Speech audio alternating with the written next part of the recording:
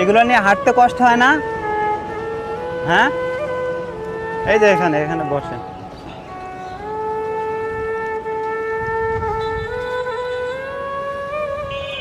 এটা বসেন বসেন। হ্যাঁ বসেন বসেন। দেখছেন কি অবস্থা?